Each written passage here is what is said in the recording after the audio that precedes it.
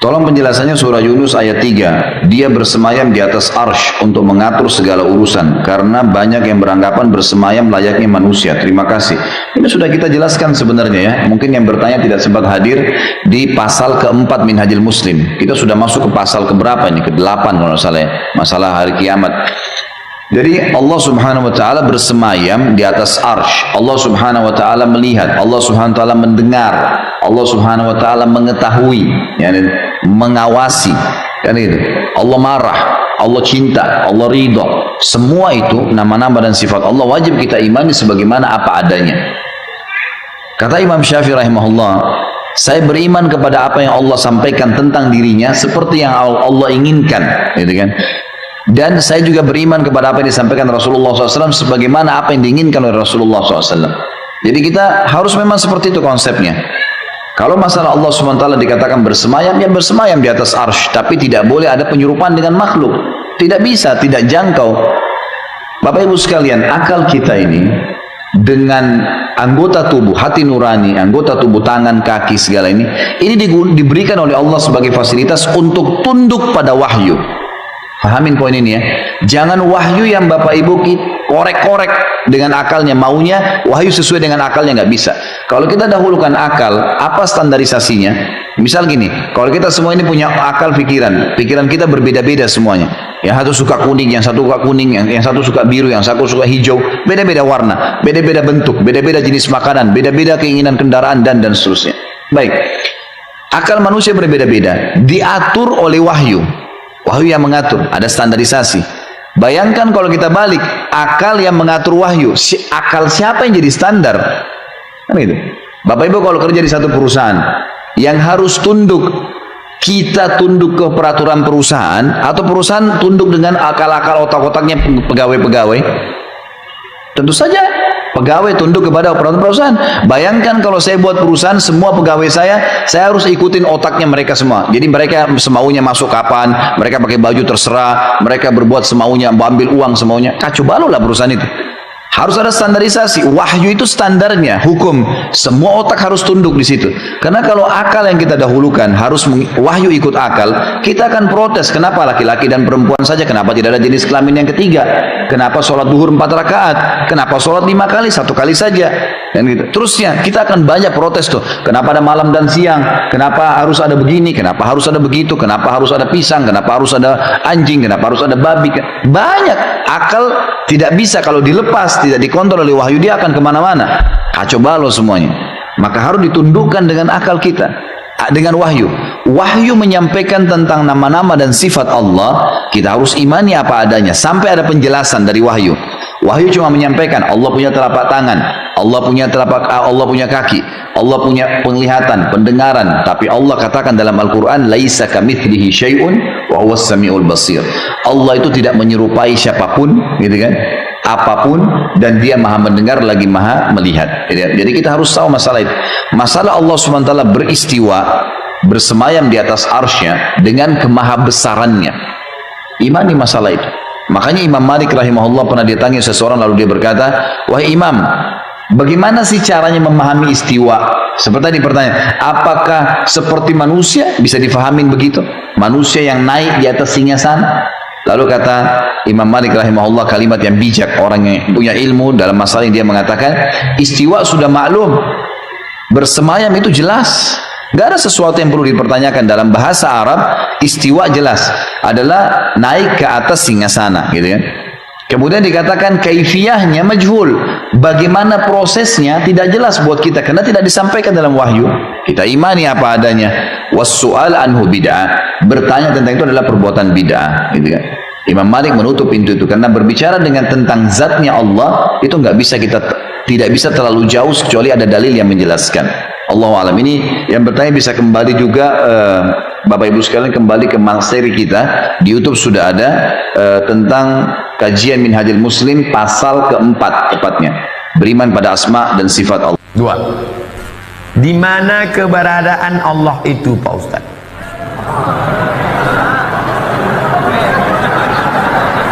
Setengah mengatakan di atas, setengah mengatakan di bumi. Menurut saya Pak Ustadz, Allah itu di bumi. Kenapa Allah itu di bumi? Ini ayatnya. Wa huwa ma'akum aynama kuntum. Dia bersama kamu di mana kamu berada. Saya sedang di Rokan Hulu, berarti Allah sama saya di sini. Kata yang satu lagi, Allah di langit. Mana ayatnya? Nih. Ar-Rahmanu 'alal arsy istawa. Allah duduk di atas kursi. Aras di atas. Oleh sebab itu dalam akidah Ahlus Sunnah wal Jamaah, apa kata Sayyidina Ali? Allazi ayyanal aina la yuqalu annahu aina. Dia yang sudah ada sebelum waktu dan tempat ada, maka tak layak ditanya dia berada di mana. Dia sudah ada sebelum tempat itu ada. Dia sudah ada sebelum waktu itu ada. Yang layak ditanya di mana Abdul Somad, karena Abdul Somad ada. Setelah itu barulah waktu ada, sudah ada sebelum Abdul Somad ada. Tapi dia yang sudah ada sebelum waktu dan tempat ada, maka tak layak ditanya kepada dia di mana. Allahu munazzahun anil jihatis sid, kata akidah Tahawiyah. Allah suci dari 6 arah. Sid 6. Dia tak di muka, dia tak di belakang, dia tak di kanan, dia tak di kiri, dia tak di atas, dia tak di bawah. Dia dekat tak bersentuh, dia jauh tak berantara. Maka dikaji dalam ilmu akidah. Islam tak lepas dari 3: akidah, syariah, akhlak. Akidah wujud, qidam, baqa, mukhalafatul hawadis, qiyamuhu binafsi, wahdaniyah, qudrat iradat. Kalau dia bisa ditunjuk di mana Allah, Allah di atas, maka batallah ayat 2, walam yakul lahu kufuwan ahad. Dia tak setara dengan apapun. Kalau bisa dia ditunjuk Allah di atas, berarti sama dengan lampu di atas. Bapak Ibu yang dimuliakan Allah. Oleh sebab itu Ahlus Sunnah wal Jamaah mengajarkan Allah maujud bila makan. Allah itu ada tanpa tempat. Karena kalau dia bertempat, maka dia bukan Allah. Allah duduk di atas kursi. Kalau Allah duduk di atas kursi, berarti kursi itu lebih besar daripada dia. Oh tidak Pak Ustaz, kursinya kecil. Oh kalau begitu dia besar, kursinya kecil. Tak muatlah dia di kursi itu. Lalu apa makna ayat Allah duduk di atas kursi? Maknanya kuasa. Itu makna Ar-Rahman alal arsy istawa, kata akidah Asy'ariyah Abul Hasan Al-Asy'ari. Bapak Dr. Andus Haji Ahmad MSI duduk di atas kursi Bupati Rokan Hulu selama 2 periode. Apakah artinya Pak Ahmad duduk aja di kursi? Tidak. Apa makna ungkapan itu? Bapak Dr. Andus Haji Ahmad MSI duduk di atas kursi Bupati Rokan Hulu selama 2 periode. Artinya duduk di atas kursi itu artinya isti'la, berkuasa. Itu maknanya. Jangan dikatakan Allah duduk di atas kursi. Kalau Allah duduk di atas kursi, maka menyamakan Allah dengan makhluk. Orang yang menyamakan Allah dengan makhluk namanya mujassimah. Nanti pembahasannya, pemikirannya sama. Apa di antara kesamaannya? Jangan samakan sifat Allah dengan sifat makhluk. Tanzihu sifatillahi subhanahu wa ta'ala al-khaliq min sifatil makhluk. Menyucikan sifat Allah dari sifat makhluk. Ada yang mengatakan sudah istiwa itu artinya bertempat. Allah punya tempat, tempatnya di arasy. Yang punya tempat itu makhluk. Allah tidak dibatasi dengan tempat. Kalau Allah punya batas tempat, artinya Allah sama sifatnya dengan makhluk. Ya, artinya mujassam. Mujassam itu menempat. Kalau sudah punya tempat, berarti menempat. Menempat sama dengan makhluk. Gak boleh. Kalau Allah kemudian butuh tempat, berarti punya kebutuhan. Sedangkan Allah maha luas, laisa kamitslihi syai'. Allah menempat, berarti butuh tempat. Ketika Allah tidak ada di tempat itu, di mana Allah? Jelas ya? Nah, itu ada masalah dalam akidah. Makanya kalau antum ingin memahami ini, kalau ingin tetap memaksakan tempat, ditakwilkan. Takwilkan. Jangan dipahami demikian, tapi dipahami dengan nilai yang terkait dengannya. Apa diantaranya? Istawa, bimakna istaula. Menguasai. Mengatur. Aras jangan diartikan dengan bertempat di situ. Ada begitu tidak? Artikan dengan di arasy itulah Allah mengatur. Menguasai.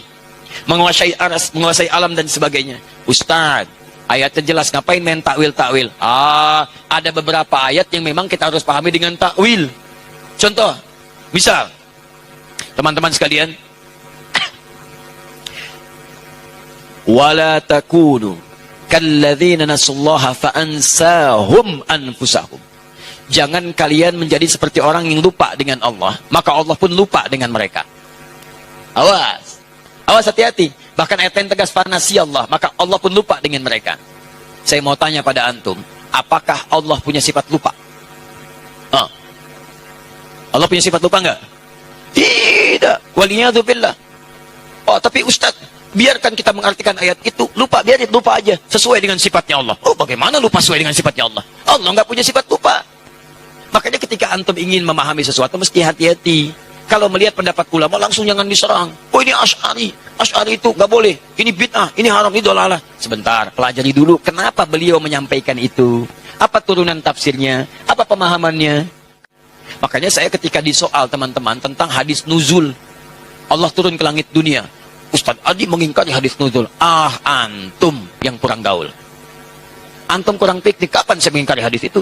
Kalau saya mengingkari, saya akan sampaikan hadisnya. Saya meyakini hadis itu. Bahkan hadis itu disampaikan oleh riwayat Tabaqah pertama oleh 30 orang sahabat paling thiqah. Cuman pemahaman saya tidak seperti pemahaman antum dalam memahami hadis itu. Itu masalahnya. Ini kadang orang itu seenaknya saja. Ustaz Adi mengingkari ini. Bukan mengingkari, antum yang kurang paham. Saya meyakini hadis itu, cuman pemahaman saya beda dengan pemahaman antum. Di teman-teman ada yang menafsirkan Allah turun. Turunnya itu betul-betul turun ke langit dunia. Turun. Dibatasi dengan tempat. Penafsiran itu menurut saya tidak tepat. Kalau antum ingin artikan sesuai hadis, jangan dibahas bagaimana caranya. Sudah biarkan dengan hadisnya. Tapi ketika antum katakan turun ke langit itu benar-benar turun, berarti Allah menempat. Itu mujassam. Nah, dalam nilai akidah ada firqah disebut dengan mujassimah. Firqah itu menjadikan Allah berjisam kepada makhluk yang semalam saya bahas itu. Di antara turunannya aliran sesat, kata Syekh Hashim. Siapa aliran sesat ini yang meyakini Allah mujassam? Mujassam itu menyatu dengan benda, dengan tempat, bahkan dengan makhluk. Di antara yang paling fatal, Allah menyatu dengan jasad seseorang. Itulah yang manunggaling kaulah Gusti. Ya, menyatu dengan diri saya, merasa lebih dekat. Siapa kamu? Saya Allah. Allah sedang apa? Sedang makan. Itu bahaya. Musyrik itu. Termasuk maaf, Allah ada di tempat, Allah menetap. Paling sederhana saja begini. Maaf ya, Papua dengan Lampung bedanya 2 jam. Duluan Papua. Kalau antum artikan hadis akhir malam dengan Allah turun, misal Allah turun ke dunia. Di situ ada. Ketika Allah turun di Papua, mana orang Lampung? Ketika Allah turun di Lampung, berarti meninggalkan Papua. Sedangkan sifat Allah meliputi seluruh alam, tidak dibatasi dengan tempat. Makanya tanzihul khaliq bin sifatil makhluk. Antum kalau ingin bicara masalah ini mesti hati-hati. Kalau antum menyentuh sesuatu yang sensitif, bisa salah antum. Ketika salah menilai Allah, bisa kufur antum di situ. Bisa bahaya. Jika ada jawaban yang tadi saya sampaikan benar, ukurannya sesuai dengan Al-Quran dan Sunnah, silakan amalkan. Berdasar pernyataan para ulama. Tapi jika ada yang keliru, maka antum sampaikan, karena itu mutlak dari kelemahan saya. Begitu disampaikan dan saya cek saya salah, saya tidak akan malu untuk mengatakan maaf saya keliru. Ya, pendapat ini yang benar. Silahkan ambil pendapat ini, tinggalkan pendapat saya, lemparkan ke tembok, jangan pernah dipakai lagi. Ya, ambil pendapat yang terbaik dan disitulah kemudian kita amalkan sesuai dengan ketentuan Allah Subhanahu wa taala. Subhanakallahumma bihamdika asyhadu an la ilaha illa anta astaghfiruka wa atubu ilaik wa akhiru da'wana alhamdulillahi rabbil alamin. Assalamualaikum warahmatullahi wabarakatuh.